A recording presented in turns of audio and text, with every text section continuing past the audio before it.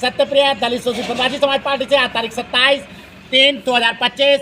तो कल माननीय मुख्यमंत्री उत्तर प्रदेश योगी आदित्यनाथ टीवी पे एक इंटरव्यू में कह रहे थे 100 हिंदुओं के बीच एक मुसलमान सुरक्षित है, लेकिन क्या 100 मुसलमानों के बीच 50 हिंदू सुरक्षित है या नहीं? कहते हैं नहीं सुरक्षित है।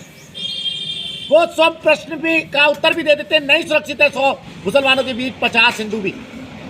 बेसिक ये एक ऐसा विचारणीय प्रश्न है जो है पूरे देश को पूछना चाहिए। इसमें कोई दो राय नहीं कि जब से योगी महाराज आए हैं सत्ता में, दंगे नहीं हो रहे सांप्रदायिक, और सांप्रदायिक दंगों की वजह हम जानते ही थे कि जो है तुष्टीकरण की राजनीति थी।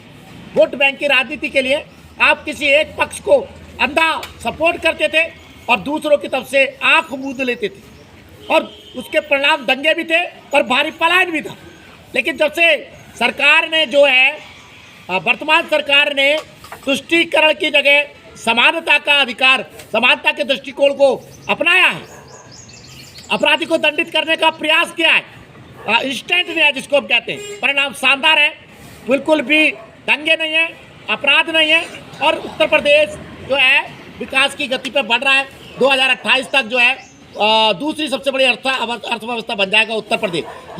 ये शायद इसी दृष्टिकोण का परिणाम है। लेकिन मूल प्रश्न विचारणीय प्रश्न का था कि 100 के बीच 50 सुरक्षित है या 100 के बीच 1 सुरक्षित है या नहीं। अनुभव तो कुछ ऐसा ही कहता है कि जो है सुरक्षित नहीं है। हम जानते हैं कि जहाँ भी हिंदू समाज घटता है उस देश के उसी हिस्से में संकट खड़ा हो जाता है। जहाँ आबादियाँ बढ़ती है हिंदू समाज से अतिरिक्त समुदायों की, वहाँ भी अशांतियाँ पैदा हो जाती हैं। सभी को इस देश में रहना है और सभी को इस बारे में सोचना है कि किसी एक आबादी में दूसरी आबादी पूरी तरह से सुरक्षित रहे। दोस्तों, शीर्षासन धरना आप जानते हैं लगातार जारी है। जनहित याचिकाओं के लिए मैं एक बार फिर दोहरा दूं, जनहित याचिका है स्कूली शिक्षा में जाति सूचक शब्दों में कड़ाई से रोक, अम्बेडकर जी को आधिकारिक राष्ट्रपिता घोषित किया जाए, गौतम अदानी, मुकेश अंबानी और रतन टाटा जी को भारत रत्न दिया जाए। यूट्यूब चैनल आप जानते हैं सत्यप्रिया सक्सेना के नाम से लगता है, बढ़ाइएगा, सब्सक्राइब कीजिएगा। तो बात 100 में 1 की सुरक्षित की थी और 100 में 50 के असुरक्षा की थी, इसमें कोई दो राय नहीं। अनुभव बाबा की बात की तस्दीक करते हैं।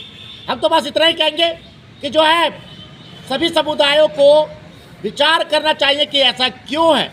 अपने उग्र तत्वों पे, अपने जो है अराजक तत्व है, उनका सामने आके कड़ाई से विरोध करें, जो समाज में अशांति और पलायन को बढ़ावा दे रहे हैं, समुदाय विशेषों पर हमला कर रहे हैं, चाहे वो किसी भी पक्ष के, तभी इस देश में शांति हो सकती है और तभी ये देश तरक्की कर सकता है।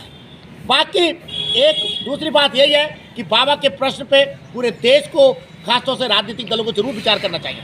धन्यवाद, नमस्कार।